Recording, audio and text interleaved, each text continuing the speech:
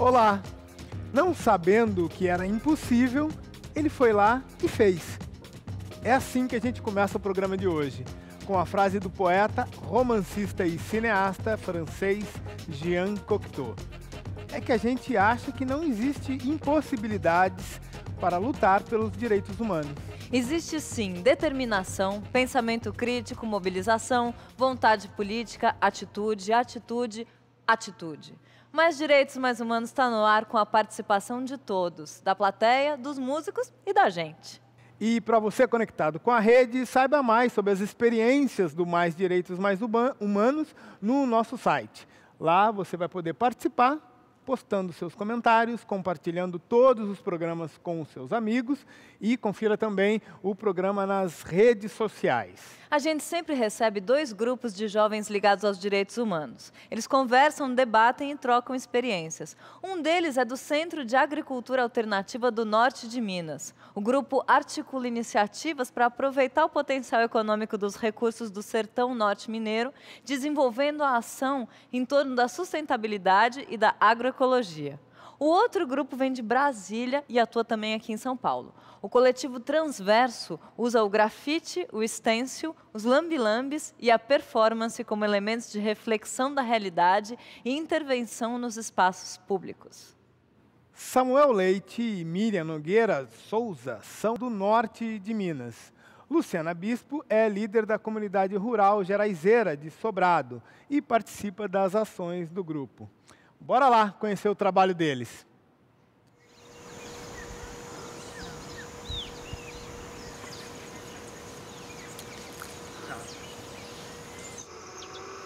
Dentro da chamada modernização conservadora do campo, se instala nos planaltos da nossa região, nos altiplanos da nossa região, monoculturas de eucaliptos para a produção de carvão vegetal.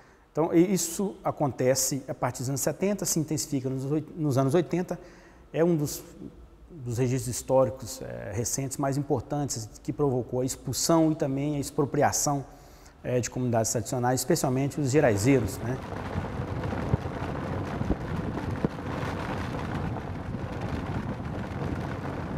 Naquele tempo que nem eu mexi com aquela chacrinha que eu tenho, foi muito difícil, né?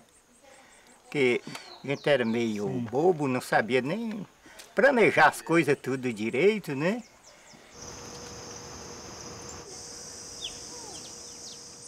Agora, a região de Sobrado, atualmente, é uma região que vem sofrendo o impacto de empresas externas querendo se apropriar do território onde Sobrado está localizado. Dá para ver, bicho? Olha elas aí. O nosso córrego corria antes e hoje o córrego está nas nossas torneiras. Eu estou com 44 anos, morador dessa comunidade geraizeira hoje. Eu nunca tinha visto uma foice naquela área. Em 2001 para cá, hoje existia máquina de esteira, trator de pneu, criação de gado e projeto para implantação de eucalipto nessa área. Que nós não pode deixar, isso é uma área devoluta, onde entrou um empresário lá, que nem é fazendeiro, ele é empresário, destruindo essa natureza. E aí esse impacto, o que acontece em Sobrado é que as comunidades tradicionais e as populações tradicionais não estão mais encantadas pelo canto de sereia da modernidade. A partir do momento que chegou alguém que não era da comunidade e que começou a degradar toda aquela região, a gente começou a ficar sem água que nem para beber. E a partir do momento que a comunidade percebeu que ela estava sendo ameaçada, que ela poderia ser destruída, ela se uniu, se organizou, né? Tentamos por várias vezes, através do diálogo, da conversa. Não foi possível, a gente até funcionou um tempo, mas depois, infelizmente, a gente teve que partir para a justiça mesmo. Teve aqui muitas audiências, polícia, ameaça de morte tanto de um lado como do outro. E através desse conflito é que essa comunidade se organizou e criou toda essa consciência ambiental. Em se tratando de comunidade tradicional, um direito humano básico, um direito fundamental é a terra, acesso ao território. Então eu acho que o direito à terra no país, ele não é prioridade. Prioridade é direito à propriedade. Samuel, fala um pouco para a gente como é que é a questão da agricultura no norte de Minas. A agricultura que alimenta o norte de Minas é a agricultura que ninguém conhece, que é essa agricultura que foi mostrada no vídeo, que é a agricultura familiar, que é a agricultura de fundo de quintal, porque são variedades, espécies animais que já estão acostumadas ao contexto da região, o contexto de secas, de chuvas sazonais, às vezes a chuva que tem que cair para o período inteiro de chuvoso que a gente tem no norte, ela cai em um mês. E essas espécies e essas variedades que são cultivadas por essas comunidades, por esses agricultores, elas já têm essa adaptação natural. Ou seja, e ele não planta uma coisa só, planta o milho, planta o feijão, planta a fava, cria o porco. Se ele perde aqui, ele ganha lá na frente. Ou seja, essa agricultura que às vezes ela não tem um valor de mercado muito grande, mas é ela que alimenta a população. A agricultura familiar ela coloca 70% da comida na mesa do brasileiro, né? Enquanto o agronegócio é para grandes exportações, para o exterior. Acho que no norte de Minas, eu não tenho isso aqui agora especificamente, mas não foge a regra. Mas faz parte disso. Faz parte claro. disso e com certeza. Agora, Miriam, conta pra gente como é que surgiu o grupo de vocês. Os jovens se reúnem, vão para o cerrado para coletar frutos. Então, acaba que, além de uma fonte de renda, é uma forma que os jovens se interagem, uma forma... Porque a zona rural tem um pouco de restrição, né? Então, a gente tem esses espaços para se interagir. Onde? Oi? E se encontram aonde? Na casa de alguém, no pátio de alguém? A gente junta a turminha, vai para o cerrado mesmo, coletar as frutas, depois a gente junta... A gente hoje já tem uma unidade multiuso, que é a unidade de processamento dos frutos. Qual que é a principal luta da sua comunidade? No momento, acho que o principal foco nosso lá é a defesa do nosso território, que, defendendo o nosso território, a gente vai estar defendendo os nossos recursos naturais e as nossas fontes de águas, né? Que a sobrevivência da comunidade, ela depende da preservação desse território. O território já foi demarcado e nós estamos lutando na defesa dele. Certo. E como é que você vê essa ação do Centro de Agricultura Alternativa? A agricultura familiar, ela é responsável por 70%, né, da comida da mesa do brasileiro.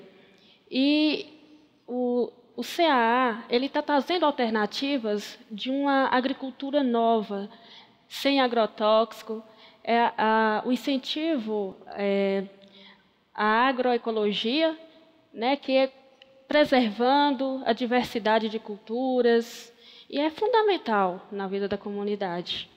Patrícia Bagniewski e Patrícia Del Rey vêm de Brasília e são do coletivo Transverso. O Cauê Maia representa o coletivo em São Paulo.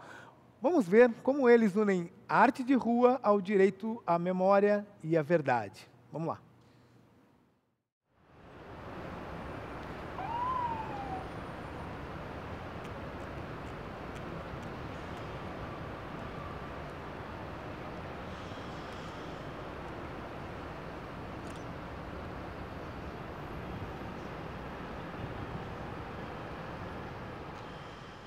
Essas frases, elas despertam os questionamentos, né?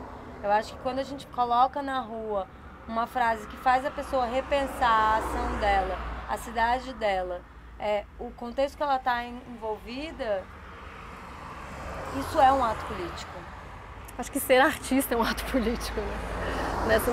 Num país que não dá tanto valor à cultura. Essa valorização. Então, na verdade, é uma luta diária. Eu acho que não deixa de ser um ato político. Se você fosse furar o pé da letra, deveria ser mesmo.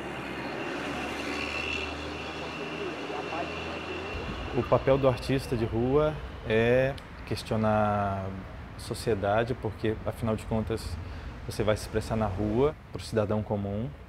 Não é um espaço dentro de uma galeria, não é um espaço fechado, que tem todo um contexto da história da arte, então você não está dentro dessa, propriamente da linguagem artística, você está dentro de um espaço social e político por natureza. Então o artista de rua, ele tem a motivação dele de questionar, né?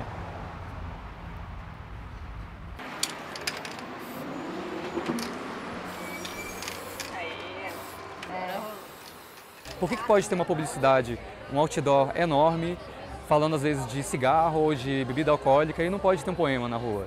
Então, existe uma zona cinzenta entre transgredir uma regra e simplesmente ser dono da cidade, simplesmente fazer parte dela e interagir com ela de alguma maneira.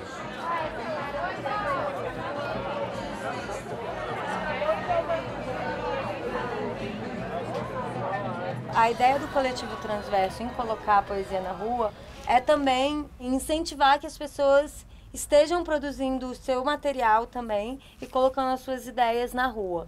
Então, assim, eu acho que o fato de interagir também é um convite para que as pessoas atuem na rua. E isso é uma forma de você também expressar o seu direito de comunicação e colocar as ideias que você acredita. Você pode escrever com uma caneta na parede e colocar aquilo ali como suporte de experimentação e de diálogo com outras pessoas. Porque ninguém é convidado para ir para uma galeria, entendeu? É muito difícil você chegar no jornal e falar o que você pensa.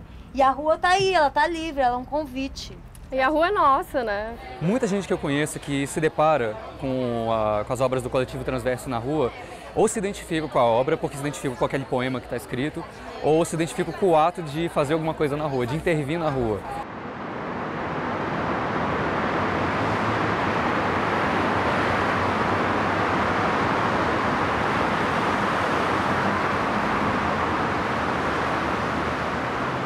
A rua é uma maneira mais impactante, mais imediata de provocar esse diálogo, sabe?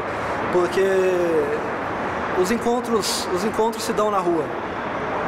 A rua é o lugar mais dinâmico e mais democrático, no sentido que você não consegue impedir quem não tem onde morar, quem não tem onde estudar, quem não tem onde viver, vive na rua, mora na rua, estuda na rua. Então, é nesse lugar que a gente também quer trazer uma contribuição positiva nesse sentido.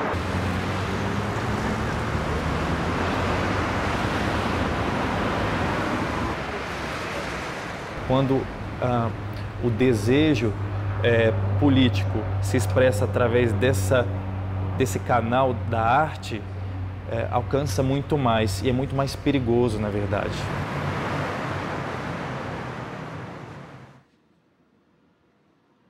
Patrícia Maniewski.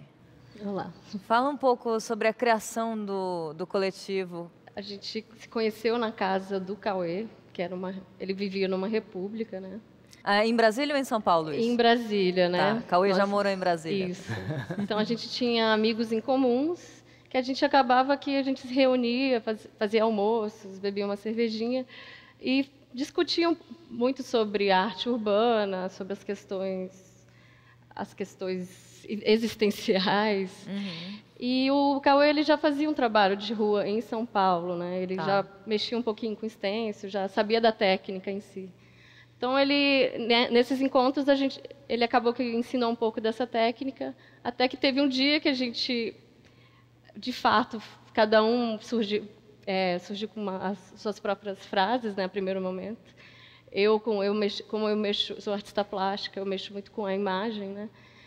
A gente se reuniu esse dia, fez essas máscaras e decidiu, vamos botar vamos para a rua, vamos colocar os nossos pensamentos aí na rua. O grupo é basicamente composto por artistas plásticos. Você também é artista plástico? Não, na verdade a gente é um grupo transversal, porque a Paty é artista plástica, eu sou atriz e sou poeta, o Cauê é mestre em literatura e também se formou em ciência política. E eu acho que as artes plásticas são autodidata, né? A gente acabou ensinando, aprendendo um com o outro. Muito, bacana. Essa foi indo na raça mesmo. Eu acho que isso é o legal, né? Esse é o diferencial do grupo, porque a gente tem várias frentes ali que se juntam e vira algo especial. A rua é o lugar do encontro. E a rua, ela está sendo construída todos os dias. Então, eu acho que a gente tem direito de atuar na rua. e modificar esse espaço, porque a gente está criando uma nova cidade, a gente está reinventando a cidade. E chamando atenção para os usos do espaço público e propondo novos usos, porque assim, eu posso escrever um poema de amor, falar assim, eu te amo, mas acabou, sei lá, eu escrevo isso na parede. Eu, ao fazer isso, posso não ter na minha consciência que aquilo é um gesto político, mas é também, porque eu estou reivindicando o meu direito de escrever um poema de amor na parede, na rua. Tem esse fato de que a gente não assina as nossas intervenções. Como uma forma do público se apropriar mesmo daquilo e não facilitar a vida dele. Porque, assim, por exemplo, se a Patrícia escreve um poema e eu escrevo um poema e ela bota Patrícia, eu boto Cauê, eu sei que é dela. Agora, se ela não coloca, eu posso ficar na dúvida, será que foi um homem, será que foi uma mulher, será que era pobre, será que era rico? E quando a pessoa ela se depara com a poesia na rua, é como se fosse um instante de desvio no cotidiano dela. E como não tem a autoria ali, o poema é da rua, o poema é dos olhos de quem lê. Quem está lendo aquilo ali, agora é o autor. E eu quero perguntar para os dois grupos, qual a importância da internet no trabalho de vocês? A internet ela tem essa capacidade de divulgar muito rápido, né? E quando a luta ela é divulgada, quando o direito que está sendo violado, ele encontra outros parentes, outras mãos, e isso torna uma corrente positiva no sentido de fazer uma pressão maior. Se eu quiser que o meu discurso seja propagado num jornal, na publicidade, na televisão, o processo seletivo é muito grande, é um processo geralmente hierarquizado. Assim, você tem um editor, você tem os anunciantes que não vão deixar passar qualquer coisa, você tem o dono do jornal, você tem o jornalista que já vai com o olhar dele. Enfim, é uma série de recortes. Quando você está na rua, você pode botar lá o que você quiser. A internet também proporciona isso de alguma forma, né? A gente está falando de se apropriar do espaço urbano poeticamente, politicamente, artisticamente, esteticamente, se apropriar do espaço rural também. E todos merecem os direitos humanos. Não importa quem sejam, nem onde vivam. Eles garantem a liberdade, a segurança e um padrão decente de sobrevivência. Teoricamente, os direitos humanos não precisam ser conquistados. Eles pertencem a cada um de nós. Privar qualquer pessoa deles é crime. Agora eu quero saber da plateia. Vocês acham que na prática a gente vive consciente de tudo que a gente pode fazer pelo outro, pela gente, por um mundo melhor? A gente olha muitas coisas na rua. É uma forma de dar a conhecer aquela questão. Eu tenho uma pergunta. E também tipo coletiva. Como é reconhecida e valorizada a cultura ou a história africana no Brasil? Eu acredito que o Brasil ele tem uma dívida muito grande, né, com essas questões do negro, da África. Porque muitas vezes, apesar de a gente ter avançado um pouquinho nas políticas, ainda existe muita discriminação. Então, eu acredito que a gente ainda tem muito que melhorar nesse ponto. Queria saber do grupo que vai vir já já aqui tocar para a gente, mas sobre essa questão da herança africana. Ilu Badmin. Esse grupo tem muito a dizer sobre a cultura e sobre o fortalecimento da cultura afro-brasileira e africana também. A forma disso é levar os tambores para a rua, mulheres também tocando, porque aqui no Brasil poucas mulheres tocam tambores assim. Então é uma forma de empoderamento às mulheres e uma forma da gente também ir para as ruas e cantar tudo que a gente canta dessa injustiça que acontece. Vou explorar um pouquinho o talento e o axé de vocês, por favor. Ojo motindalaia, ojo, ojo delwe, ojo motindalaia, ojo, ojo delwe, papa, ojo